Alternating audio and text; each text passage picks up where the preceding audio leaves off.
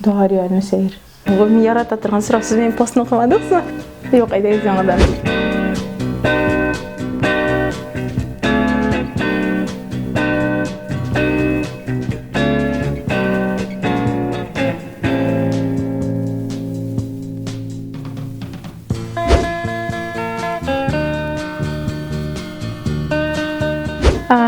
Бұл шырақта татарша сөйлесең де, русша сөйлесең де йылмайып сөйлешерге керектір. Шул шырақта жібере.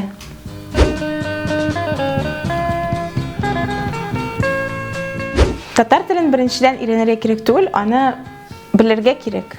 Шул шырақта вақыт әрәметерге де туры келмейшек. Икіншіден, татар тілін білмесең, сен татар бола тұрып татар тілін білмесең, сен милләтсіз, нендейдір буш кіші боласың. Шуңа күрә бұл вақыт әрәмету түгіл, өз-өзіңні шәхси яқтан тулыландыру, нығыту, үстіру деп әйтіп була. Шуңа күрә бұл вақытны юққа әрәмету түгіл. Егі бересің ме, әлі президент болырға әзірләнәсің ме, анысы мұхим түгіл.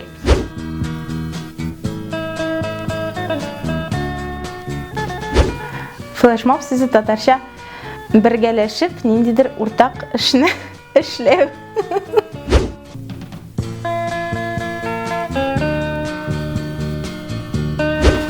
Татар телен укытуны сайладым. Башкалар яңа телне өйрәнеп, үз телләрен өйрәнергә онытмасыннар дип.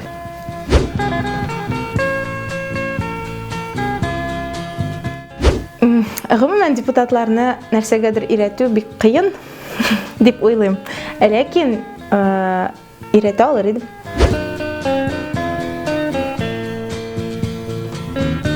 Боевиклар жанрында фильм төшерү безгә ничектер хас түгел, безнең монда тәҗрибә бездә юк. Һәм без әйберләрнең кадерен беләбез. Боевиклар төшерсәң бик күп әйберне әрәметергә кирәк. Бәлки анысы да бардыр. Шуңа күрә бездә бу жанр юк. Һәм бу жанр бик куркыныч. Моны мин татар телендә төшерелүен теләмәстә идем.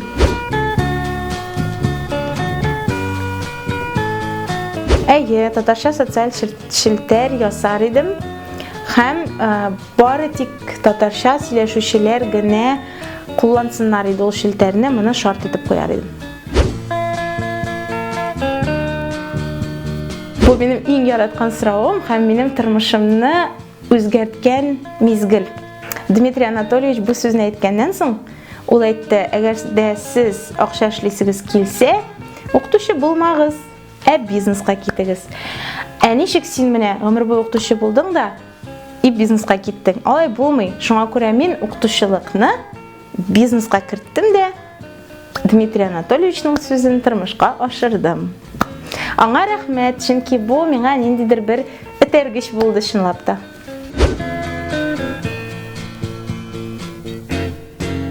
Өйрәнә алачаксыз. Монда беренчедән тиз генә хәрефләрнең һәм авазларның әйтелешен кабатларга, кыска гына зур түгел текст язырга һәм аны күп тапкыр кабатлап, интонация белән дөрес итеп укырга өйрәнеп, тәрҗемәсен үзең аша уздырып, матур иттереп кытлап була. Иң мөһиме тәрҗемәне һәм сүзләрнең мәгънәсен үзең аша уздыру. Шуннан соң ятламасаң да, ул сүзләрне ятламасаң да әйтеп була, кытлап була. Татар телегезне саклагыз.